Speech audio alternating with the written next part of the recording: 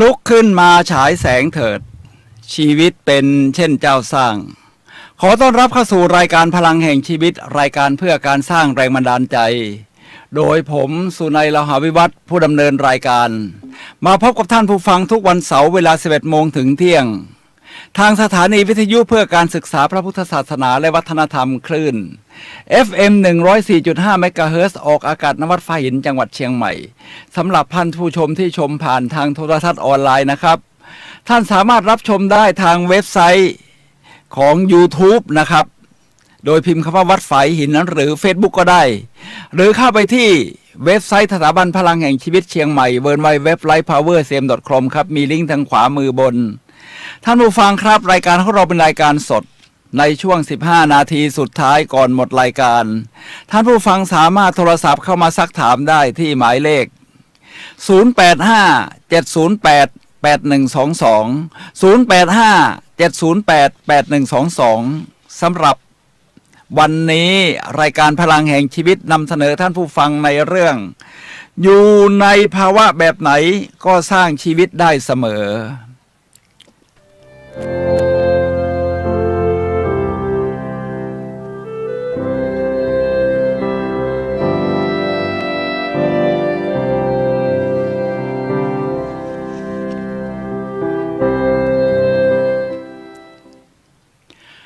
ลุกขึ้นมาฉายแสงเถิด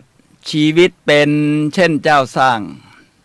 ขอต้อนรับเข้าสู่รายการพลังแห่งชีวิตรายการเพื่อการสร้างแรงบันดาลใจโดยผมสุนัย ลหาวิวัฒน์ครับวันนี้เราคุยกันในเรื่องอยู่ในภาวะแบบไหนก็สร้างชีวิตได้เสมอท่านผู้ฟังครับอยู่ในภาวะแบบไหนก็สร้างชีวิตได้เสมอตอนนี้เป็นคำถามใหญ่ครับท่านผู้ฟังครับบางคนบอกว่าต้องมีอย่างโน้นอย่างนี้พร้อมก่อนฉันต้องมีสิ่งนั้นสิ่งนี้อยู่ในภาวะแบบนี้ฉันถึงจะเริ่มสร้างชีวิตมีคำพูดของปราชญ์ที่พูดไว้ว่าทำในสิ่งที่ทำได้จากสิ่งที่มีณที่ที่อยู่ทีนี้ถ้าเราสมมุติว่าเราเข้าไปอยู่ในวงการนี้คือสมาคมคนสมมติสมาคมคนตาบอดเอาละท่านจะสร้างชีวิตได้อย่างไรตาท่านก็มองไม่เห็นผมเคยไปจัดฝึกอบรมให้กับสมาคมคนตาบอดแห่งประเทศไทยครับคนตาบอดสร้างชีวิตได้ไหมในภาวะที่มองไม่เห็นเนี่ยนะครับหรือเห็นก็เรือนรางเต็มทนโฟกัสได้ไม่ชัดเจนท่านผู้ฟังครับสร้างได้ครับอย่าไปให้ขีดจำกัดแบบนี้มากำหนดชีวิตเราได้น้อมนำถวายนี้จะเป็นค่าจ้างดอกฝ้ายที่ท่านได้เก็บมานี้จะนำไปถักทอเป็นผ้าไตรจีวรอันบริสุทธิ์เพื่อน้อมนำถวายพระสงฆ์ฉะนั้นแล้วเมื่อทุกท่านได้ตั้งสัจจะอธิษฐานบารมีแล้วขอทุกท่านได้ร่วมกันสาธุการพร้อมกันดังๆ3 ครั้งสาธุสาธุสาธุแล้วให้ท่านนำเฉพาะดอกฝ้ายและปัจจัยวางตรงผ้าขาวส่วนถ้วยเก็บไว้ไปก้าวออกมาสู่สังคมที่ยอดเยี่ยมผมได้พูดไปแล้วถึงทั้งหมด4 ครั้งครับวันนี้ครับท่านผู้ฟังครับเป็นหัวข้อสำคัญในเรื่องของการสร้างชีวิตไม่ว่าอย่าอยู่ในภาวะแบบไหนผมก็จะเอาครั้งที่5กับครั้งที่6ซึ่งเป็นครั้งสุดท้ายมารวมกันครับฉะนั้นวัตถุประสงค์ในการอบรม6 ครั้งนี้ก็จะมีวัตถุประสงค์แบบนี้ครับเพื่อฟื้นฟูจิตใจเยียวยาอดีตเพิ่มพลังใจให้เป็นคนที่มีแรงบันดาลใจก้าวสู่สังคมได้อย่างภาคภูมิครับท่านผู้ฟังครับทีนี้ท่านผู้ฟังครับเรามาดูตรงนี้ครับว่าครั้งที่5กับครั้งที่6นี่เราจะอบรมอะไรกันในการอบรมครั้ง2 ครั้งสุดท้ายนี้ก็คือในเรื่องครั้งที่5ในเรื่องของการตั้งเป้าหมายและสร้างวิสัยทัศน์เริ่มตั้งแต่ไลฟ์เพอร์โพสการสร้างจุดมุ่งหมายของชีวิตสมาร์ทโกเป้าหมายที่มีพลังวิชั่นมีวิสัยทัศน์บิ๊กวายผลการที่เราจะสร้างเป้าหมายนั้นเป้าหมายหรือการกระทำของเราจะไปมีผลกระทบกับสังคมส่วนใหญ่อย่างไรแทบไม่น่าเชื่อนะครับท่านผู้ฟังครับว่าผู้ที่อยู่ในนั้นสามารถที่จะออกแบบชีวิตได้มีบางคนเนี่ยนะครับอยาก เป็นบาร์เทนเดอร์เขย่าเขย่าเขย่าเขย่าผมก็ให้เขาลองซ้อมทำท่าเขย่าเขาก็ทำได้มีอยู่คนหนึ่งครับประทับใจผมมากเขาบอกว่าอยากเป็นอาจารย์มีคนหนึ่งยิ่งประทับใจหนักขึ้นเขาบอกว่าเขาอยากเป็นวิทยากรผมก็ถามว่าวิทยากรนี่มีหลายด้านนะคุณอยากเป็นวิทยากรด้านไหนเขาบอกว่าอยากเป็นวิทยากรด้านการสร้างแรงบันดาลใจท่านผู้ฟังครับสิ่งนี้เกิดขึ้นได้เสมอวิทยากรสร้างแรงบันดาลใจครับแล้วในครั้งที่6ผมก็มารวมพูดในวันนี้ด้วยก็ในเรื่องของThe Pygmalion Effect ทฤษฎีของความคาดหวังเพื่อที่จะค้นหาความดีและความสามารถของสังคมเพื่อก้าวไปสู่ความกลมกลืนในสังคมได้อย่างสง่างามเราจะมาเริ่มตรงนี้นะครับท่านผู้ฟังครับเริ่มในเรื่องของการที่จะสร้างชีวิตครับท่านผู้ฟังครับหรือเรียกว่าออกแบบชีวิต Design Your Destiny ออกแบบชะตาชีวิตของเราเองนั่นแหละเพราะผมชอบมีคำถามกับผู้เข้ารับการอบรมว่ามีข่าวดีกับข่าวร้ายจะฟังข่าวไหนก่อนชัวร์ข่าวร้ายก่อนข่าวร้ายคือเราเปลี่ยนแปลงอดีตไม่ได้ข่าวดีคือเราเปลี่ยนอนาคตของเราได้นี่คือปรัชญาในการที่เราจะสร้างชีวิตของเราครับท่านผู้ฟังครับเริ่มต้นยังไงเริ่มต้นจากฟังเสียงหัวใจของตัวเองฟังเสียงหัวใจของตัวเองนี่แหละครับว่าจริงๆแล้วเนี่ยข้างในเรานี่เรียกร้องอะไรผมมีตัวอย่างแบบนี้ครับท่านผู้ฟังครับที่เราเรียกว่าแพชชั่นคือความหลงไหลครับนี่คือหน้าตาของแพชชั่นนะครับที่ให้ดูเป็นภาษาอังกฤษแปลว่าความหลงไหลที่เราทำโดยไม่ต้องใช้ความพยายามมากมายทำแล้วมันเหมือนโฟลว์ไหลที่มิไฮยีซิกเซนมิไฮบอกนะครับว่ามันลื่นไหลไปเหมือนกับสายน้ำที่ไหลไปได้ทุกที่ทุกทางมันสนุกสนานมากอิ่มเอมใจในสิ่งที่เราทำนั้นนั่นคือแพชชั่นของเราครับทีนี้ถ้าเราทำแล้วไม่ได้เป็นแบบนั้นล่ะเช่นติดขัดอึดอัดคับข้องหมองใจรู้สึกไม่เพลิดเพลินกับสิ่งที่ทำเอาเสียเลยเหมือนสิ่งนี้เลยครับท่านผู้ฟังครับเราเอาบันไดไปพาดตึกแล้วเสร็จแล้วพอเราก็ขยันปีนเลยนะครับพอปีนขึ้นไปจนสุดบันไดมันไม่ใช่ตึกหรือกำแพงที่เราอยากจะปีนนี่นะทำยังไงครับท่านคงไม่เสียเวลาอ้อยอิงอยู่ตรงนั้นรีบลงมาแล้วก็แบกบันไดไปหากำแพงใหม่หรือตึกใหม่ครับที่มันใช่สำหรับเราผมยกตัวอย่างคนหนึ่งครับคนนี้ชื่อเป็นผู้หญิงนะครับชื่อว่ายามากาวาซากินี่นะครับหน้าตาเธอเป็นอย่างนี้นะเป็นหญิงสาวสวยน่ารักทีเดียวครับเป็นชาวญี่ปุ่นที่ไม่ว่าอยู่ในภาวะแบบไหนก็สร้างชีวิตใหม่ได้เสมอครับพ่อของเธอสิน่าสนใจมากพ่อของเธอเป็นทำงานในกระบวนการสื่อสารมวลชนวันดีคืนดีเธอก็คุณพ่อก็ลาออกครับแล้วเสร็จแล้วก็ซื้อรถตู้มาคันหนึ่งจากเงินสะสมพาครอบครัวทั้งภรรยาลูกนี่นะครับขับตะเวนไปทั่วญี่ปุ่นเวลาจะพักตรงไหนก็นอนกันในรถนี่แหละครับทำให้ยามาคาวาซากิเดินทางไปรอบญี่ปุ่นด้วยเหตุชนี้แล้วแม่ของเธอก็ไม่ธรรมดานะครับแม่ของเธอนั้นเมื่อยามาคาวาซากิวิ่งเข้ามาในบ้านด้วยความตื่นเต้นดีใจบอกคุณแม่ว่าคุณแม่คะหนูสอบได้เกรดดีได้อันดับ1ของโรงเรียนในห้องด้วยคุณแม่บอกว่าโอ้ลูกรักลูกไม่ต้องขยันขนาดนี้ก็ได้ยังมีสิ่งอื่นๆที่มันสร้างความพึงพอใจความสุขให้เราได้มากกว่านี้นี่แม่ของเธอนะครับท่านผู้ฟังครับทีนี้เธอก็เรียนจบปริญญาตรี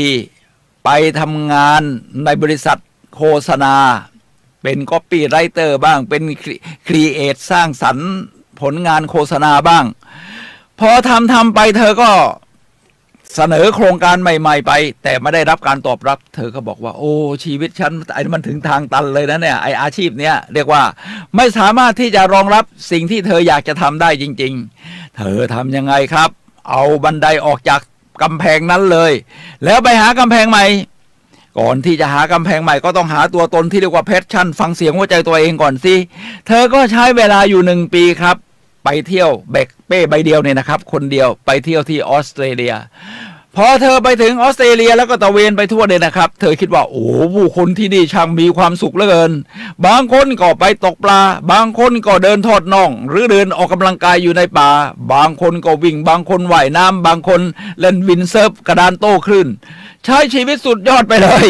เธอกลับมาที่ญี่ปุ่นเธอก็หาแรงบันดาลใจแบบนี้เธอบอกว่าตอนที่ฉันแต่งงานน่ะฉันไปโรงแรมไหนเพื่ออยากให้จัดงานแบบคึกคักสนุกสนานโรงแรมก็บอกว่างบเท่านี้ห้องจำกัดแบบนี้ก็ทำอวยพรกันไปแบบนี้ตัดเค้กแล้วก็มีเซอร์ไพรส์นิดหน่อยโยนดอกไม้ให้กับผู้หญิงที่คิดว่ายังโสดอยู่จะหายคู่ครองต่อไปมันเป็นแค่นี้เองครับเหมือนกันทุกงานแต่งงานจะมีต่างกันที่ป้ายชื่อตรงที่ว่าชื่อเจ้าบ่าวเจ้าสาวนี่เป็นคนอื่นเปลี่ยนไปเธอบอกว่าเธออยากสร้างงานแต่งงานที่ยอดเยี่ยมบ้างเธอก็สร้างเป็นอีเวนต์ครับตั้งบริษัทที่ชื่อว่า Crazy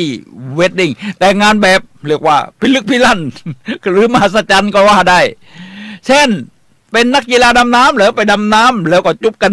ใต้ทะเลหรือก็จะดิ่งพระสุธาหรือจะเวลาไปจัดบนเกาะงานแต่งงานก็แจกถุงเป็นของขวัญให้กับแขกที่มาแล้วก็มีปืนฉีดน้ำรองเท้าแตะวิ่งไล่ฉีดกันอะไรทำนองนี้ครับแล้วบริษัทเธอไม่ธรรมดาเธอเรียกพนักงานในบริษัทว่าสมาชิกเวลากินข้าวบริษัทก็จะทำอาหารสุขภาพออร์แกนิกครับให้กินฟรีทุกมื้อเที่ยงแล้วก็วันปีใหม่ก็ไม่ธรรมดาให้ทุกคนเนี่ยมีโอกาสได้พักผ่อนยาวนานถึง10 วันแล้วจะตะเวนไปไหนก็ได้ทั่วโลกแต่มีข้อแม้ว่าพอมีอยู่ปีหนึ่งก็บอกว่าให้เรามาเจอกันที่อเมริกาใต้ที่เมืองที่ระบุไว้พอถึงวันปีใหม่ทุกคนก็มาเจอกันตรงนี้มันเป็นความสุดยอดครับท่านผู้ฟังครับท่านผู้ฟังคงอยากจะรู้ว่าในชีวิตของเรานี้เนี่ยเราจะค้นพบสิ่งที่มันเป็นเสียงเรียกร้องจากภายในใจของเราหรือฟังเสียงหัวใจตัวเองได้อย่างไรผมมีคำถามที่ใช้ถามครับสำหรับผู้เข้ารับการอบรมทุกคนไม่ว่าที่ผมไปอบรมมาในเรือนจำกลางจังหวัดเชียงใหม่นี่แหละครับเอาละครับผมจะถามคำถามแบบนี้กับท่านผู้ฟังลองดูนะครับคำถามนี้จะแบ่งออกเป็นหมวดอย่างนี้ครับท่านผู้ฟังครับคือว่าสำรวจชีวิตตัวเองถ้าคุณพึงพอใจกับชีวิตในอดีตปัจจุบันและทำนายอนาคตที่เป็นไปได้ของคุณจะทำอย่างไรครับผมก็บอกว่าให้เขาให้คะแนนนะครับแต่ละหัวข้อคือ1ไม่พึงพอใจอย่างยิ่ง10คือพึงพอใจที่สุดคุณสามารถปรับเพิ่มหัวข้อได้อีกนะครับผมก็จะแบ่งเป็น3คอลัมน์นี่นะครับด้านขวามือนี่ว่า5 ปีก่อนให้คะแนนเท่าไหร่ปัจจุบันให้คะแนนเท่าไหร่5 ปีข้างหน้าหรือมากกว่านั้นให้คะแนนเท่าไหร่ผมก็จะเริ่มตั้งแต่สุขภาพกายครับคนเราเนี่ยต้องมีสุขภาพกายที่ยอดเยี่ยมแม้จะฉลาดเก่งแค่ไหนแต่ร่างกายไปไหนไม่ได้มันก็เรียกว่าเป็นขีดจำกัดอย่างสาหัสเหมือนกันคุณให้คะแนนที่ว่า5 ปีก่อนคุณเป็นอย่างไรปัจจุบัน5 ปีข้างหน้าให้1 ถึง 10นะครับชีวิตความเป็นอยู่ล่ะก็แบ่งเป็น5 หมวดอาชีพการงานของคุณพึงพอใจกับมันไหมความมั่งคงทางการเงินของคุณเป็นยังไงคุณอยากเห็นภาพอนาคตทางด้านการเงินของคุณเป็นอย่างไรการครอบครองวัตถุล่ะความสงบความสุขสงบและความเบิกบานใจของคุณเป็นอย่างไรความสมดุลทางอารมณ์เป็นอย่างไรการพัฒนาตัวเองและการเติบโตส่วนตัวท่านผู้ฟังครับนี่เป็นสิ่งสำคัญเคยเข้าอบรมบ้างไหมอะไรทำไมแล้วคุณก็ให้คะแนนที่ว่าอดีตคุณเคยทำไหมปัจจุบันดีขึ้นหรือเปล่าอนาคตคุณวาดหวังไว้อย่างไรแล้วคุณก็ให้ถ้าคุณต้องการพัฒนาตัวเองอย่างยอดเยี่ยมคุณก็ให้มัน9 หรือ 10เลยก็ได้ครับผมก็มีวิธีการครับโดยนำผู้เข้ารับอบรมคนหนึ่งครับหาอาสาสมัครบังเอิญมีผู้ชายคนหนึ่งที่เขาอยากเป็นบาร์เทนเดอร์นะเขาอาสาสมัครมาแล้วก็ผมก็ให้เขามาให้คะแนนเป็นตัวอย่างนี่แหละครับเราก็จะมาถึงมีคำถามอื่นอีกเช่นว่าความรู้ที่มีอยู่ล่ะการขวนขวายหาทักษะความรู้ใหม่ของคุณอดีตปัจจุบันอนาคตเป็นอย่างไรบ้างการมีอิทธิพลต่อคนอื่นความมีเสน่ห์ของคุณความสัมพันธ์กับบุคคลอื่นสถานภาพทางสังคมสิ่งแวดล้อมที่ใช้ในชีวิตหรือสิ่งแวดล้อมรอบชีวิตคุณ ศาสนาจิตวิญญาณการออกกำลังกายการเล่นกีฬาและอื่นๆนี่แหละครับท่านผู้ฟังครับเพื่อให้รู้จักตัวเราอย่างแท้จริงว่าในอดีตเราเป็นยังไงคุณพอใจกับมันไหมถ้าไม่พอใจปัจจุบันคุณปรับปรุงให้ดีขึ้นแล้วยังถ้ายังไม่ดีขึ้นหรือดีขึ้นแล้วแต่อยากให้ยอดเยี่ยมยิ่งขึ้นอนาคตคุณจินตนาการไว้เลยครับเป็นกฎแห่งการดึงดูดสิ่งใดที่คุณจินตนาการอยู่เสมอสิ่งนั้นจะเกิดขึ้นจริงคุณจะหาทางทำมันจนได้ท่านผู้ฟังครับ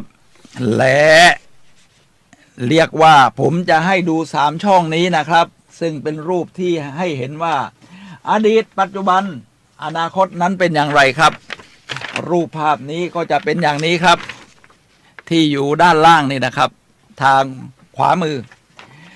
ในภาพนี้จะมีวงกลมว่าอดีตจากซ้ายแล้วก็มาตรงกลางปัจจุบันอนาคตสิ่งที่ขัดขวางเราอย่างยิ่งกันในการดำเนินชีวิตสู่ความชีวิตที่ยอดเยี่ยมยิ่งขึ้นหรือการออกแบบชีวิตนี่นะครับท่านผู้ฟังครับก็คือเราไปเอาอดีตมาเป็นอนาคตฉะนั้นข่าวที่ว่าเราเปลี่ยนแปลงอดีตไม่ได้แต่เราเปลี่ยนแปลงอนาคตได้จึงทำให้เราสร้างชีวิตใหม่ได้ครับมันมาถึงตรงนี้อีกว่าถ้าเราจะสร้างชีวิตใหม่ไม่ว่าอดีตคุณจะเป็นอย่างไรก็ตามคุณทำปัจจุบันให้ดีแล้วสร้างอนาคตของคุณได้ครับโดยใช้หลักสติปัฏฐาน4นี่แหละซึ่งหลักสติปัฏฐาน4นี้มีกายเวทนาจิตธรรมก็คือเพื่อให้เกิดผลลัพธ์ครับเราเริ่มจากตรงไหนครับหน้าตาก็จะเป็นอย่างนี้ครับทางด้านบนซ้ายมือก็คือติ้งนะครับก็คือคิดก่อนทุกอย่างเนี่ยเริ่มจากในใจของเราก่อนครับที่เราเรียกว่าภายในกำหนดภายนอกนั่นแหละติ้งคิดเข้าไปสู่ความรู้สึกครับที่เรียกว่าเกิดเวทนานะจากนั้นความรู้สึกชอบไม่ชอบสบายใจไม่สบายใจดีใจเสียใจหรือเฉยจะไปสู่ที่เรียกว่าแอคชั่นการกระทำเมื่อเกิดการกระทำก็จะเกิดผลลัพธ์แบบนี้ครับวนเวียนไปฉะนั้นสิ่งที่เราทำในการสร้างชีวิตใหม่ของเราก็คือเริ่มจากคิดครับคิดแน่นอนให้ท่านคิดสิ่งดีๆที่จะเป็นประโยชน์กับตัวเองและประโยชน์ที่กับตัวเองนั้นสร้างสรรค์ประโยชน์กับสังคมด้วยท่านผู้ฟังครับเรามาดูอีกรูปหนึ่งครับว่าบางคนใช้ชีวิตผิดด้านครับเพราะผลลัพธ์ที่จะเกิดขึ้นนั้นมีคำถามอย่างนี้ครับว่าเป็นทำมีคุณจะเริ่มตรงไหนก่อนครับ หลายคนก็บอกว่าผมต้องมีสิ่งนั้นก่อนสิ่งนี้ก่อนที่แล้วผมถึงจะทำแล้วผมถึงจะกลายเป็นไม่ครับเราต้องกลับด้านมันเราต้องเป็นก่อนถึงยังไม่มีสิ่งนั้นก็ตามเช่นฉันอยากเป็นคนประสบความสำเร็จคุณก็ทำท่าแบบคนประสบความสำเร็จก็จะทำให้คุณเกิดการกระทำคือไปขวนขวายหาห้องสมุดคือในเรือนจำกลางจังหวัดเชียงใหม่นี่เขามีห้องสมุดกลางนะครับผมเห็นมีหนังสือดีๆเลยแม้หนังสือเดอะซีเคร็ตของรอนนาเบิร์นยังมีเลยอ่านกันจนลุยเนี่ยก็ต้องเอาได้เชือกมาร้อยเนี่ยนะครับแล้วมีหนังสือดีๆทางจิตวิญญาณอีกเยอะเลยครับพอเราทำตัวเป็นแบบนั้นเราก็จะไปทำหมายถึงเราเริ่มจากสิ่งที่เราเป็นก่อนแล้วไปทำแล้วก็สิ่งต่างๆก็จะเริ่มมีก็จะตามมาเช่นถ้าคุณอยากเป็นเจ้าของหนังสือแบบนี้ก็จะมามากขึ้นคุณอยากได้บุคคลที่เป็นกัลยาณมิตรคุณก็จะมีเพื่อนแบบกัลยาณมิตรที่ตามมาครับท่านผู้ฟังครับในหลักการของ NLP เรามี mindset ครับ22 mindset ซึ่ง mindset ในพวกนี้ในความเห็นผมว่ามันสอนใจผมได้อย่างดี mindset หนึ่งที่ผมชอบมากๆในเรื่องของการลงมือนี่นะครับก็คือว่าเขียนว่า ready fire aim นี่คนนี้เขาก็เขียนหนังสือเรื่องนี้ด้วยนะครับ ready fire aim แปลว่าพร้อมยิงเล็งทำไมไม่เล็งก่อนแล้วยิงล่ะพร้อมยิงเล็งเพราะว่าเป้าหมายในปัจจุบันนี้มันเคลื่อนที่เสมอรวดเร็วนะครับฉะนั้นสิ่งที่เราต้องทำก็คือว่าเราต้องพร้อมยิงก่อนแล้วพอมันเคลื่อนไปตรงไหนห่างเป้าแค่ไหนเราก็มา adjust ปรับใหม่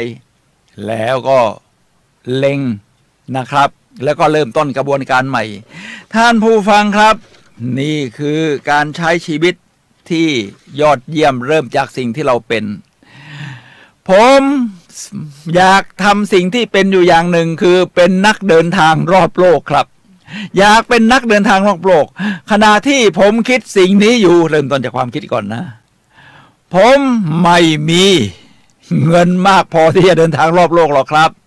แล้วผมยังไม่เคยเดินทางออกนอกประเทศขณะที่วางแผนจะเดินทางรอบโลกนี่สิ่งที่ผมทำคือทำตัวเหมือนนักเดินทางรอบโลกครับเขาทำยังไงนะพวกนี้เขาคิดยังไงก็ไปหาซื้อหนังสือเข้ามาอ่านแล้วเราก็ทำตัวศึกษาแผนที่อะไรทำนองนี้ครับทีนี้พอเราเริ่มจากสิ่งที่เป็นเราก็เริ่มลงมือทำไปประเทศใกล้ๆก่อนไปมาเลเซียปีนังแล้วก็ค่อยไปฮ่องกงค่อยไปยุโรปอเมริกาจากนั้นเราก็จะมีทรัพยากรมากขึ้นเพราะสิ่งที่เราไม่ได้เรียนรู้มาเนี่ยก็มาสามารถที่จะแบ่งปันสู่ผู้คนได้ท่านผู้ฟังครับผมเลยเดินทางมารอบโลกแล้ว67 ประเทศ67 ประเทศครับท่านผมทำได้ท่านก็ทำได้ครับทีนี้พูดถึงการออกแบบชีวิตครับท่านผู้ฟังครับผมมีรายละเอียดเพิ่มเติมนิดหนึ่งว่าเราจะมีแบบฝึกหัดอยู่ตรงนี้นะครับแบบฝึกหัดนี้คือการออกแบบชีวิตที่ยอดเยี่ยมเป็น3 หมวดด้วยกันก็คือค้นหาความสนใจส่วนตัวค้นหาพรสวรรค์หรือความสามารถพิเศษของคุณค้นหาความฝันและแรงบันดาลใจของคุณผมจะเริ่มจากการค้นหาความสนใจส่วนตัวก่อนนะครับท่านผู้ฟังทางบ้านก็หาคำตอบในใจหรือพูดออกมาดังๆก็ได้ของตัวเอง1อะไรคือสิ่งที่คุณชอบทำเป็นพิเศษในอดีตก่อนที่คุณจะมีภารกิจมากจนไม่มีเวลา2อะไรคือสิ่งที่คุณชอบทำเป็นพิเศษในปัจจุบัน3งานอดิเรกที่คุณชอบทำในยามว่างคืออะไร4เวลาที่คุณสนทนากับผู้อื่นเรื่องอะไรที่คุณสนใจพูดคุยเป็นพิเศษ5หนังสือประเภท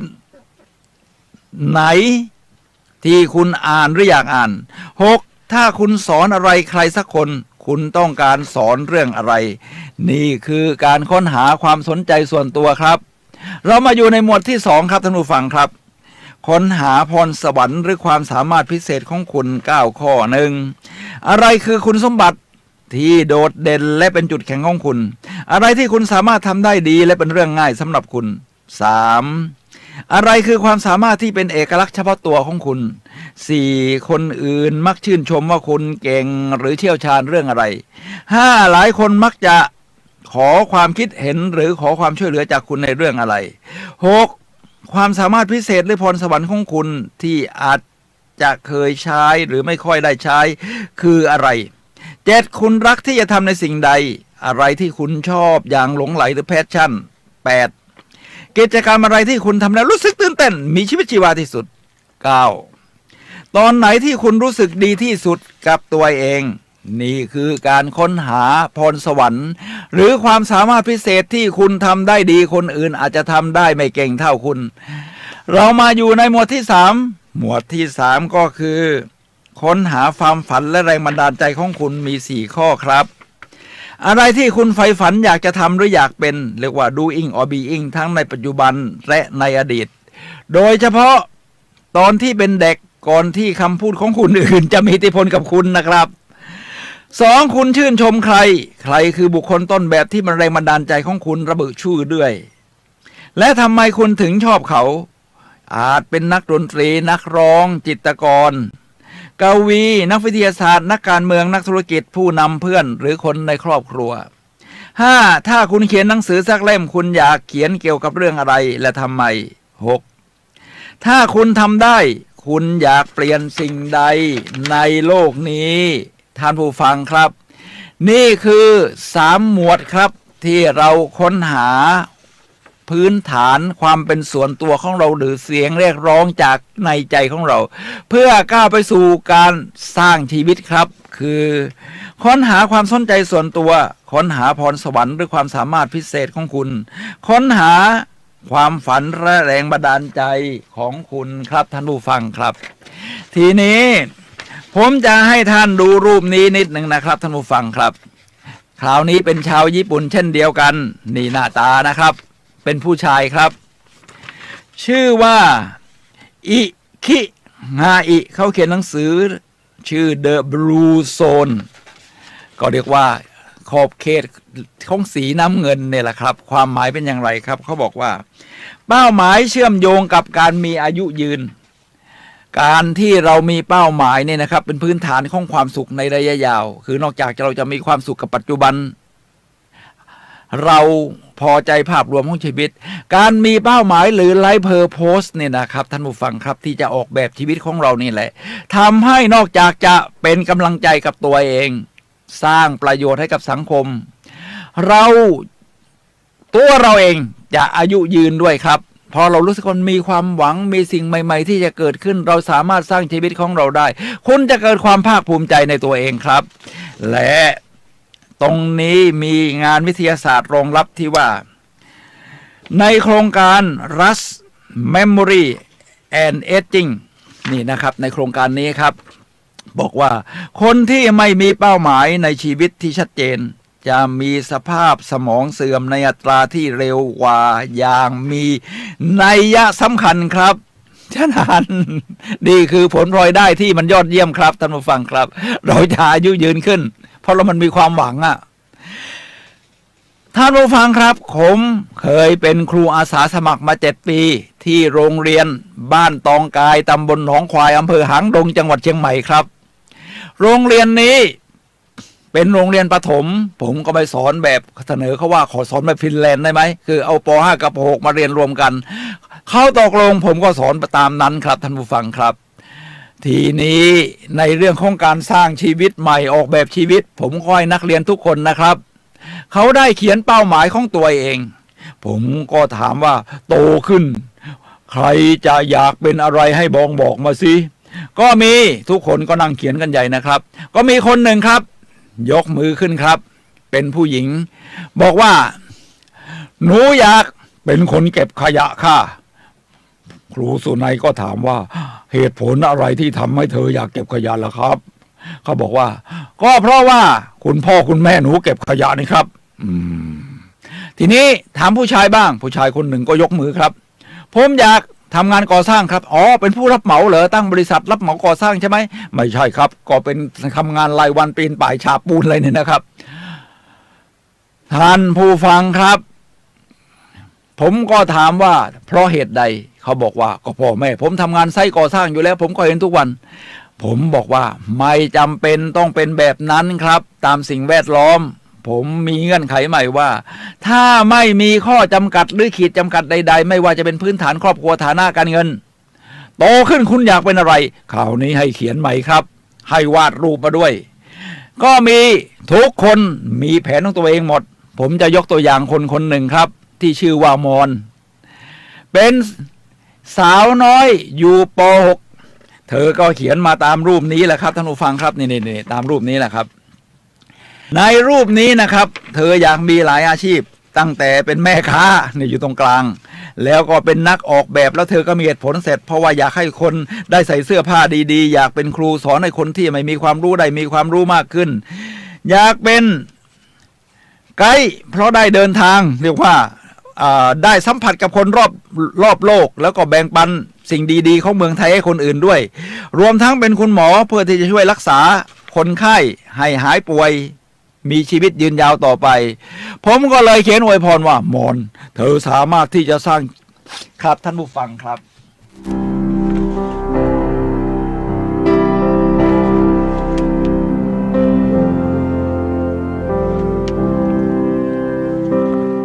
ผมก็เลยบอกว่ามอน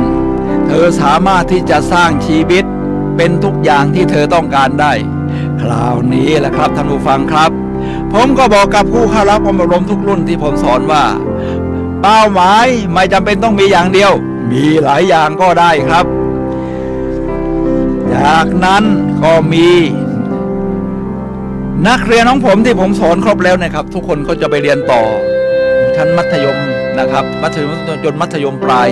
มีหลายคนมี1 คนครับที่ได้เข้าคณะแพทยศาสตร์มหาวิทยาลัยเชียงใหม่ได้ตามเจตนาที่เขียนไว้โดยใช้กฎแห่งการดึงดูดคือคุณต้องมี visualization มีการวางแผนไว้ในกรอบของเราในความคิดของเราเนี่ยแล้วจินตนาการทายดีสิ่งที่คุณเขียนนี่ไปติดในที่ที่คุณมองเห็นได้ง่ายเช่นหน้ากระจกทางเข้าห้องน้ำนะครับท่านผู้ฟังครับนี่คือจุดมุ่งหมายของชีวิตที่ผมจะบอกต่อว่าPurpose ก็คืออะไรที่ต้องการเขียนมันออกมาครับ freedom to do I want love what I love and get paid create คือสร้างสรรค์สิ่งที่คุณรักนะครับแล้วก็สร้างสรรค์มันขึ้นมาคุณจะไม่เป็นการทำงานต่อไปครับผมก็จะมีคำถามอีกชุดหนึ่งครับท่านผู้ฟังครับคำถามชุดนี้ก็จะกว้างๆง่ายๆตามนี้คำถามชุดนี้เรียกว่าออกแบบชีวิตที่ยอดเยี่ยมคือเรื่องที่เป็นความท้าทายของชีวิตของคุณคืออะไรค้นหาพรสวรรค์ด้วยความสามารถพิเศษของคุณค้นหาความฝันและแรงบันดาลใจของคุณสิ่งเสียใจที่ไม่ได้ทำแต่คุณไม่ต้องเสียใจนานนะครับเพราะคุณยังจะมีเวลาในอนาคตนี่แหละที่จะทำต่อไปได้นี่แหละครับท่านผู้ฟังครับอีกชุดหนึ่งครับท่านผู้ฟังครับเป็นคำถามชุดสุดท้ายนี่ครับก็บอกว่าคำถาม7ข้อที่ให้คุณค้นพบตัวเอง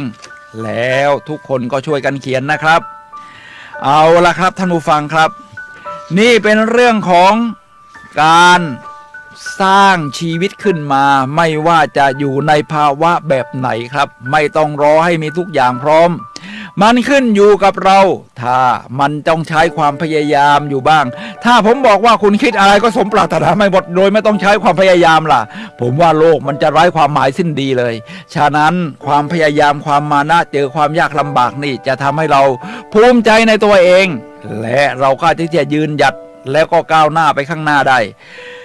ผมมีตัวอย่างในเรื่องของ NLP Neuro Linguistic Programming ภาษาที่เราใช้โปรแกรมจิตประสาทในเรื่องว่าเราหาบุคคลต้นแบบสักคนได้ไหมที่จะสร้างชีวิตเราเวลาใน NLP เขาจะออกแบบชีวิตนี่เขาจะมีวงกลม3วงกลมที่เรียกว่า passion คือทำแล้วฉันมีความสุขนะครับหน้าตาวงก็จะเป็นแบบนี้ครับ3วงซ้อนกันทำแล้วมีความสุขลื่นไหลโอ้สบายอกสบายใจ2ฉันทำได้ง่ายคนอื่นจะทำสิ่งนี้ได้ยากเป็นความพรสวรรค์หรือความจุดแข็งของคุณ3และมันเป็นประโยชน์กับคนอื่นอย่างไร3วงนี้มาซ้อนกันปั๊บมันก็จะกลายเป็นว่านั่นคือคุณมีไลฟ์เพอร์โพสจุดมุ่งหมายของชีวิตและวิสัยทัศน์ว่ามันจะเป็นประโยชน์กับคนอื่นอย่างไรด้วยทีนี้ผมก็บอกเขาว่าถ้าจะให้ง่ายขึ้นนะครับชีวิตเราไม่ยืนยาวพอที่จะเริ่มต้นทุกอย่างจากศูนย์คุณสามารถหาต้นแบบได้ครับหาต้นแบบว่าคนคนนี้ฉันรู้สึกชอบอ่ะแล้วก็ฉันจะใช้วิธีการของเขาเนี่ยนะต่อยอดเขาคุณก็ไปต่อยอดเขาได้ครับเราเรียกว่า NLP บอกอยู่แล้วว่าศึกษาความเป็นเลิศของมนุษย์ที่เราเรียกว่าโมเดลลิ่งก็คือการถอดแบบเพื่อไปต่อยอดสร้างความยอดเยี่ยมที่เป็นสไตล์ของเราเองในการนี้นะครับก็คือคนที่ประสบความสำเร็จก็คือเขาคิดตัดสินใจอย่างไรสภาพจิตใจแล้วเขาทำอะไรบ้างผมยกตัวอย่างนะครับถ้าเราจะทำขนมเค้กนี่รูปขนมเค้กให้ดูด้วยนะครับอันนี้ผมเอามาจากสไลด์ที่ผมใช้บรรยายเวลาฝึกอบรมเนี่ยนะครับขนมเค้กร้านนี้อร่อยมากคุณก็สนใจว่าอยากจะกินกินเสร็จมันใช่เลยทั้งหน้าตาครีมโรยหน้าก็สวยรสชาติก็ยอดเยี่ยมคุณอยากจะทำบ้างจะทำยังไงครับคุณไม่ต้องไปคลำงูปลาเอาแป้งมาผสมใส่ไข่เท่านี้ใส่น้ำตาลเท่านั้นคุณถ้าให้ดีไปเรียนเลยถ้าเขาเปิดสอนเป็นโรงเรียนหรือไปเป็นลูกจ้างแล้วคอยถามสูตรเขาก็ได้ถ้าเขามีเมตตาไม่ต้องเป็นอะไรทั้งสิ้นเขาก็อาจจะยอมบอกสูตรเราก็จะรู้ว่าเขาใส่แป้งฟูเท่าไรใส่แป้งเท่าไรใส่ไข่กี่ฟองใส่น้ำตาลเท่าไรอบนานเท่าไรขั้นตอนลำดับก่อนหลังเป็นอย่างไรคุณทำแบบเดียวกับที่เขาทำที่เขาคิดมาก่อนดีไซน์แล้วทำแบบนั้นคุณจะทำขนมเค้กที่อร่อยเหมือนกันเปี้ยเรียกว่าโมเดลลิ่งทีนี้ถ้าเป็นคนล่ะทำอย่างอื่นที่เป็นเป้าหมายชีวิตที่คุณต้องการผมจะยกตัวอย่างของบุคคลที่ยอดเยี่ยมหลายคนครับท่านผู้ฟังครับถ้าท่านอยากเรียกว่าค้าเงินเล่นหุ้นก็ต้องวอร์เรน บัฟเฟตต์นะมีรูปให้ดูครับนี่วอร์เรน บัฟเฟตต์ครับบอกว่าผมเนี่ยก็ถอดแบบเข้ามาเหมือนกันคือเบนจามินแกรมและฟิลิปฟิชเชอร์ผมคือแกรม 75% ฟิชเชอร์ 25% นี่ขนาดคนที่รวยอันดับต้นๆของโลกพอๆกับบิลเกตเนี่ยนะครับยังต้องถอดแบบนี้เลยครับไม่ใช่มีแต่คนเท่านั้นที่ถอดแบบ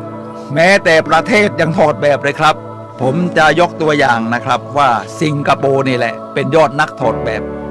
สิงคโปร์อยู่ในอาเซียนเราเนี่ยนะครับแล้วทำไมมันเจริญรุ่งเรืองแบบนี้ก้าวหน้าแบบนี้เขาก็จะมีวิธีการถอดแบบตั้งแต่สมัยยุคของลีกวนยูที่ว่า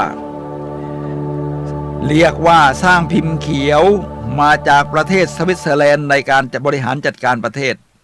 กองทัพก็เรียนแบบมาจากประเทศอิสราเอลเรื่องกฎหมายการศึกษาเรียนแบบมาจากอังกฤษและถ้าเป็นระบบการค้า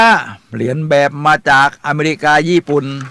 นี่แหละครับคือการถอดแบบระดับประเทศทีนี้ถ้าเรามาดูในยุคปัจจุบันประเทศที่กำลังก้าวไปข้างหน้าอย่างรวดเร็วมีระบบเศรษฐกิจที่ใหญ่เหมือนกับที่ผู้นำเขาบอกว่าใหญ่เท่าท้องทะเลนะเขาก็ถอดแบบมาครับจีนกับเศรษฐกิจโลกจีนเรียกว่าจีนกับการโมเดลลิ่งโลกนี้เขามี Google จีนก็มีไปดูโลกเขามีรองเท้าหรือเครื่องกีฬาไนกี้จีนก็มีลี่หนิงโลกเขามีร้านเรียกว่าที่เป็นร้านขายของใหญ่ๆอย่างวอลมาร์ทจีนก็มีหูมาร์ทเขามี Facebook จีนก็มีเทนเซ็นเขามี eBay ซื้อขายกันทางออนไลน์ก็มีอาลีบาบาของแจ็คหมาไงล่ะครับท่านผู้ฟังครับและเขามีไลน์จีนก็มี WeChat นี่คือการศึกษาความเป็นเลิศของมนุษย์ครับท่านผู้ฟังครับท่านผู้ฟังครับขณะนี้ท่านกำลังรับฟังรายการพลังแห่งชีวิตรายการเพื่อการสร้างแรงบันดาลใจโดยผมสุนัย เลาหะวิวัฒน์ผู้นำเนินรายการครับมาพบกับท่านผู้ฟังทุกวันเสาร์เวลา 11 โมงถึงเที่ยงวันนี้เราคุยกันในเรื่องที่ยอดเยี่ยมที่ว่าอยู่ในภาวะแบบไหนก็สร้างชีวิตได้เสมอนะครับท่านผู้ฟังครับเราจะมาเริ่มต้นตรงนี้อีกว่าถ้าเราจะโมเดลลิ่งกับผู้คนล่ะครับวิธีการโมเดลลิ่งแบบนี้นี่ผมจะยกตัวอย่างเลยให้ค้นหาคน5คนที่คุณอยากเหมือนเขาสำหรับผมสุนัยเนี่ยนะครับผมก็ยกตัวอย่างแอนโทนีโรบินจิมโรนเดนนิสเวดลีย์แจ็คแคนฟิลด์คิมซูยองแล้วผมก็บอกว่าให้เขียนสิ่งที่คุณชอบในตัวเขามา5อย่างผมเริ่มจากแอนโทนีโรบินนี่นะครับว่าเขาเป็นผู้พูดอย่างห้าวหาญมีแอคชั่นดีเนื้อหาแทงใจยิ้มกำลังดียืนหยัดแล้วถ้าจิมโรนล่ะเป็นปรมาจารย์ด้านสร้างแรงบันดาลใจยุคใหม่เนื้อหาหนังสือเยี่ยมยอดตัวอย่างสุดดีแล้วก็ตลกรวมทั้งเวลาเขากล้าพูดว่าผมไม่รู้ถ้าเขาไม่รู้นะครับเดนิสเวดลีย์ล่ะครับเขาบอกว่าผมบอกว่าค้นพบตัวเองตอนอายุมากแล้วเขาเคยเป็นนักบินของกองทัพเรือสหรัฐมาก่อนนะเป็นตัวอย่างที่ดีแล้วก็เขาเขียนหนังสือเรื่อง Seed of Greatness ผมชอบมากเดินทางทั่วโลกซื่อสัตย์กับตัวเองและมีอารมณ์ขันส่วนแจ็คแคลฟีล่ะครับบอกว่าความเป็นกูรูมีน้ำใจใช้โอกาสหนังสือชุดยอดเยี่ยมที่ขายดีมากคือ Chicken Soup for the Soul แล้วก็ยิ้มสวยทีนี้มาทางเอเชียบ้างเป็นคิมซูยองเลยครับหน้าตาอย่างนี้นะเป็นสาวสวยแต่ว่าตอนเด็กๆอภัพยากจนมากคนนี้กล้าหาญมีอิสระมีความฝันเดินทางแบ่งปันคนอื่นได้นี่คือตัวอย่างของ5คนนะครับท่านผู้ฟังครับทีนี้ถ้าเราจะออกแบบชีวิตล่ะมันก็ต้องมีหลักการที่เราเรียกว่าสมาร์ทโกคือออกแบบชีวิตอย่างสง่างามครับชีวิตเรานี่อยู่ในกำมือของเราครับท่านผู้ฟังครับออกแบบชีวิตอย่างสง่างามนี่ทำอย่างไรสมาร์ทโกหน้าตาก็เป็นอย่างนี้เป็นตัวย่อขยายความได้ดังนี้ว่า S ย่อจะมาคำว่า specific simple คือเวลาจะออกแบบนี่ชีวิตนี่ตั้งเป้าหมายให้มันเข้าใจง่ายเช่นอยากเป็นนักพูดอยากเป็นพิธีกรแล้วก็ M ย่อมาจากคำว่า miserable meaningful to you มันมีความหมายสำหรับเรามากและวัดค่าได้เช่นเป็นพิธีกรก็สามารถที่จะพูดในรายการโทรทัศน์หรือวิทยุหรือสามารถดำเนินรายการได้สัปดาห์ละกี่วันตัว A ย่อมาจากคำว่า as if now unachievable on area of your life เรียกว่าต้องเป็นปัจจุบันนะ แล้วคือหมายความว่ามันเอื้อมถึงได้ยากถ้ามันทำได้ง่ายๆนี่มันก็เป็นงานประจำวันไปสิครับทีนี้มาถึงในเรื่องของตัว R unrealistic responsible ecology นะครับ ecological ไม่จำเป็นต้องเป็นจริงครับเป้าหมายนี่เป็นเรื่องของจินตนาการไม่ต้องรอให้ทรัพยากรพร้อมตามที่บอกคือทรัพยากรจะเกิดขึ้นหรือค้นพบระหว่างเดินเส้นทางที่คุณเดินไปนี่แหละครับแล้วตัวสุดท้ายตัวทีคือ time for planning purpose toward what you want คือใช้ภาษาที่เป็นก้าวไปข้างหน้าน่ะเป็นภาษาปัจจุบันเช่นฉันเป็นคนขยันไม่ใช่ว่าฉันไม่อยากขี้เกียจคือผมจิตใต้สำนึกไม่ได้ยินคำว่าไม่เดี๋ยวกลายเป็นขี้เกียจเสียฉะนั้นต้องใช้ภาษาสูตรฉันเป็นนักพูดสร้างแรงฉันอยากเป็นนักพูดสร้างแรงบันดาลใจฉันอยากเป็นวิทยากรทำนองนี้ครับท่านผู้ฟังครับท่านผู้ฟังครับขณะนี้เราอยู่ในช่วง15 นาทีสุดท้ายก่อนหมดรายการท่านผู้ฟังสามารถโทรศัพท์เข้ามาซักถามได้ที่หมายเลข0857088122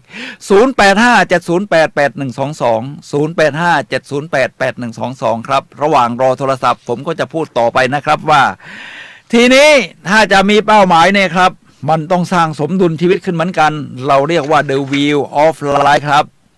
the wheel of life นี่ชีวิต8ด้านนี่นะครับมีอะไรบ้างผมมีทั้งภาษาไทยภาษาอังกฤษนะครับผมก็จะแปลเป็นไทยเลยจะได้ง่ายขึ้นนะครับว่าเริ่มตั้งแต่ career คือสายอาชีพถ้าคุณเป็นนักเรียนคุณกำลังเรียนเป็นยังไงรู้สึกว่าถ้าคุณจะให้คะแนนเวลาผมเข้าอบรมไม่ได้เรียนจำกลางจังหวัดเชียงใหม่ผมก็หาอาสาสมัครเขาก็มีคนมาสมัครคนหนึ่งก็คนที่ทำบาร์เทนเนอร์นี่แหละอยากเป็นนะครับออกมาแล้วให้คุณแนนถ้าคุณรู้สึกว่า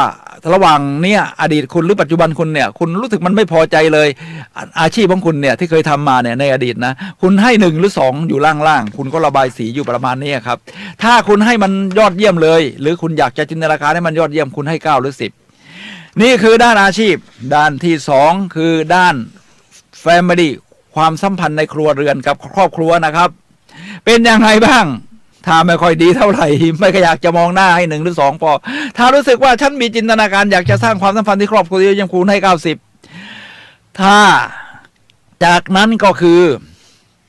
relationship นอกครอบครัวล่ะคุณมีความสัมพันธ์กับเพื่อนในสมาคมระหว่างชั้นเรียนเพื่อนร่วมอาชีพเป็นอย่างไรบ้างจากนั้นคุณก็ให้คะแนนในเรื่องของสุขภาพร่างกายอาหารการกินอาหารสุขภาพไหมออกกำลังกายบ้างแล้วเปล่ามีกล้ามเนื้อที่แข็งแรงไหมจากนั้นคุณก็ต้องให้คะแนนในเรื่องของการพัฒนาตัวเองคุณได้เรียนรู้อะไรเพิ่มขึ้นในแต่ละวันใฝ่ฝันที่จะใฝ่รู้ไหมคิวเรียสและจากการที่จะพัฒนาตัวเองคุณใช้เวลาว่างเป็นอย่างไรใช้เวลาว่างให้เป็นประโยชน์ไหมกับตัวเองและคนอื่นพักผ่อนหย่อนใจบ้างหรือเปล่าหรือเอาแต่เครียดอย่างเดียวจนเส้นโลหิตในสมองแตกแล้วเป็นโรคหัวใจคุณก็ให้คะแนนอีก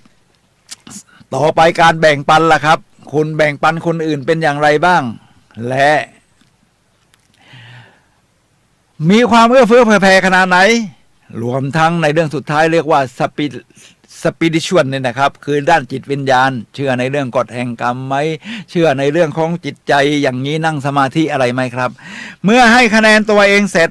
เราก็จะฝึกการทำริชวลการริชวลเรียกว่าพิธีกรรมอันศักดิ์สิทธิ์ครับท่านผู้ฟังครับหมายถึงว่าเราค่อยๆรดน้ำสิ่งที่เราออกแบบมาเนี่ยทุกวันเพราะตอนนี้มันยังไม่เกิดขึ้นจริงมันอยู่แค่ในใจเราเริ่มต้นจากติ้งคิดแล้วก็สร้างให้มันเกิดความรู้สึกริชวลทำให้เกิดความรู้สึกกับเป็นพิธีกรรมอันศักดิ์สิทธิ์คุณต้องรดน้ำมาทุกวันวิธีการนี้เนี่ยเหมือนกับที่เรารดน้ำต้นไม้ที่ระหว่างมันเป็นเม็ดอยู่ในดินเรายังไม่เห็นต้นครับมีต้นไผ่ชนิดหนึ่งในเมืองจีนครับต้นไผ่ชนิดนี้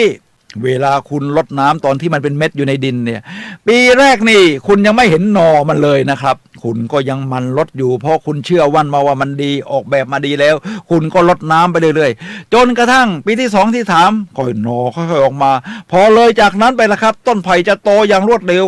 เหนือพื้นดินพรวดจนสูงถึง30 เมตรครับท่านผู้ฟังครับการทำริชวลก็เช่นเดียวกันคุณก็เริ่มต้นจากที่ว่า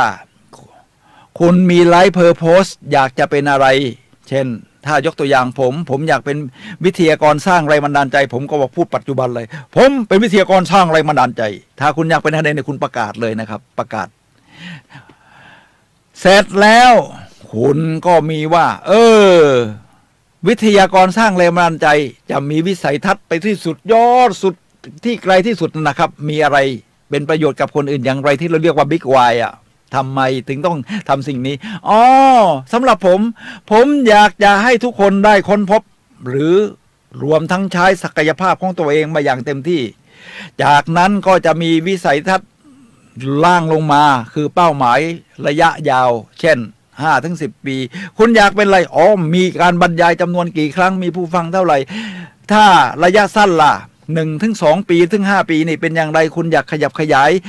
วิธีการบรรยายของคุณให้ดีขึ้นอย่างไรรวมทั้งคุณจะต้องปรับปรุงอย่างไรบ้างในเรื่องของ The Wheel of Life วงล้อแห่งชีวิตทั้ง8ด้านนะครับรวมถึงปัจจุบันแต่ละวันคุณได้ทำสิ่งอะไรที่เป็นประโยชน์เอื้อเฟื้อเกื้อกูลให้คุณก้าวไปสู่เส้นทางไลฟ์เพอร์โพสจุดมุ่งหมายของชีวิตของคุณเสร็จแล้วคุณก็เฉลิมฉลองกูyes แล้วก็คุณก็ปล่อยวางทั้งไลฟ์เพอร์โพสจุดมุ่งหมายชีวิตวิสัยทัศน์เป้าหมายระยะยาวเป้าหมายระยะสั้นและทำปัจจุบันนะครับท่านผู้ฟังครับนี่คือความยอดเยี่ยมของการรดน้ำต้นไม้ที่เรียกว่า Ritual ทีนี้ผมจะมาถึงการอบรมครั้งสุดท้ายนะครับครั้งที่6ก็คือเรื่องทฤษฎีความคาดหวังหรือ The Pygmalion Effect เพื่อที่จะค้นหาความดีและความสามารถของสังคมเพื่อก้าวไปสู่ความกลมกลืนในสังคมได้อย่างงามสง่าเมื่อพวกนี้ออกจากที่คุมขังนะครับก้าวสู่สังคมมันก็อาจจะเป็นเรื่องยากสำหรับเขาจะต้องสร้างความเชื่อมั่นไว้ใจสังคมเชื่อสังคมว่าสังคมยอมรับแต่สิ่งที่สำคัญคุณต้องเชื่อใจตัวเองก่อนผมก็จะมีกิจกรรมให้เขาทำครับท่านผู้ฟังครับที่เราเรียกว่า The Pygmalion Effect ซึ่งมีผู้สนับสนุนว่าต้องคิดแบบติ้งวินวินนะครับคิดแบบชนะกับชนะราฟวันโดอิเมสันบอกว่าถ้าคุณอยากประสบความสำเร็จง่ายนิดเดียวจงช่วยให้ผู้อื่นประสบความสำเร็จและ The Pygmalion Effect นี้ก็คิดขึ้นโดยดร.โรเบิร์ตเมอร์ตันที่เขาทดลองมีคนทดลองก็คือดร.โรเบิร์ตโรเซนไทที่ทดลองกับหนูนี่แหละครับคืออยู่ว่าเราคาดหวังว่าหนูกลุ่มนี้ฉลาดไม่ฉลาดเราก็จะจัดการเราก็จะมีพฤติกรรมกับหนูแต่ละกลุ่มนี่แตกต่างกันตามที่เราคาดหวังใช้ในคนก็เช่นเดียวกันเขาทดลองใช้ในห้องเรียนด้วยนะครับว่านักเรียนกลุ่มห้องนี้ฉลาดห้องนี้ไม่ฉลาดแต่จริงเอาค่าเฉลี่ยมาจากกลางๆเท่ากันครับจากนั้นล่ะครับท่านผู้ฟังครับผมก็จะฝึกให้เขาทำงานเป็นทีมที่เรียกว่าSynergyคือการรวมพลังครับ1+1 มากกว่า2วิธีการนี้เขาจะต้องฝึกทำงานกับคนอื่นเพราะผู้ต้องขังบางคนอาจจะใจร้อนหงุดหงิดรำคาญกับคนอื่นได้ง่ายโทษแต่คนอื่นผมก็บอกว่ากิจกรรมนี้นะครับคุณต้องมีกติกา3อย่างถ้าคุณประสบความสำเร็จคุณเฉลิมฉลองกู yes แต่ถ้าคุณหมายความผิดพลาดหรือล้มเหลวในระหว่างทำกิจกรรมคุณจะต้องยอมรับจุดอ่อนของตัวเองแล้วถ้าเพื่อนผิดพลาดทำไม่สำเร็จล่ะเพราะเราต้องทำร่วมกันเป็นทีมคุณจะต้องอดทนกับจุดอ่อนของคนอื่นแล้วดึงศักยภาพของแต่ละคนมาสร้างสรรค์ครับผมก็จะให้เขาทำกิจกรรมประมาณนี้ครับท่านผู้ฟังครับว่าแจกกระดาษฟลิปชาร์ตกลุ่มละ10 คนแล้วมีปากกาขนาดใหญ่เขียนแล้วผมก็บอกว่าให้วาดรูปสัตว์ประหลาดมีคุณวิเศษโดยเริ่มต้นวาดคนละ2 เส้นนะครับของใครของมันให้ทุกคนไม่ต้องไปกำกับคนอื่นนะยอมรับความคิดคนอื่นแล้วเป็นโค้งหรือตรงก็ได้คนที่2ก็วาดต่อคนที่1ก็วาดต่อกันไปเรื่อยๆคนละ2 เส้นแล้ววาดกลับมาเสร็จแล้วให้ตั้งชื่อสัตว์ประหลาดนี้ทุกคนก็ช่วยคิดแล้วก็ทำตรงนี้เพราะทุกคนมีส่วนร่วมของผลงานที่ปรากฏอยู่2สัตว์ประหลาดนี้นะครับที่อยู่ของสัตว์ประหลาดอยู่ที่ไหนบนบกในดินในน้ำในอากาศหรือที่อื่นๆ3อาหารที่เขากิน4คุณไม่ว่าจะกินอะไรกินลมกินอะไรเพราะมันสัตว์ประหลาดมีคุณวิเศษนี่หรือกินอาหารธรรมดา5คุณลักษณะพิเศษของสัตว์ประหลาดนี้ที่มีคุณวิเศษทำอะไรได้บ้างเหาะเหินเดินอากาศหายตัว นะครับสิ่งศักดิ์สิทธิ์หรือว่าสร้างสรรค์อะไรขึ้นออกมาได้จากนั้นให้เขาออกมานำเสนอนะครับเวลานำเสนอนี่ผมก็ใช้วิธีว่าอาสาสมัครกลุ่มไหนพร้อมในนั้นยังพร้อมเลยนะครับก็เรียกว่าทยอยกันออกมาโดยวิทยากรไม่ต้องจำจี้จำชัยว่ากลุ่มนั้นออกมาก่อนสิเสร็จแล้วก็ให้เขาจัดทำโครงการครับท่านผู้ฟังครับ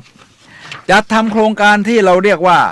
เอาละเท่านี้อาจารย์จะให้โจทย์นะว่าให้ทำโครงการต่อไปนี้ครับคือชื่อสัตว์ประหลาดให้เขียนชื่อโครงการที่อยู่อาศัยคุณจะไปทำขอบเขตของโครงการนี้ในพื้นที่ไหนอาหารการกินคืองบประมาณ4คุณลักษณะพิเศษก็คือจะช่วยประชาชนหรือคนที่เกี่ยวข้องที่มีผลกระทบถึงการโครงการของคุณอย่างไรเขาก็ครีเอทกันออกมาสร้างสรรค์กันออกมาและนำเสนอได้ท่านผู้ฟังครับเรามีกติกาในเรื่องของซินเนจี้ว่าหัวใจของการประสานพลังคือยอมรับความแตกต่างดึงจุดเด่นของแต่ละคนออกมาใช้นี่คือการอบรม2 ครั้งสุดท้ายและมาจบลงในเรื่องของไม่ว่าอยู่ในภาวะแบบไหนเราสร้างชีวิตได้เสมอครับไม่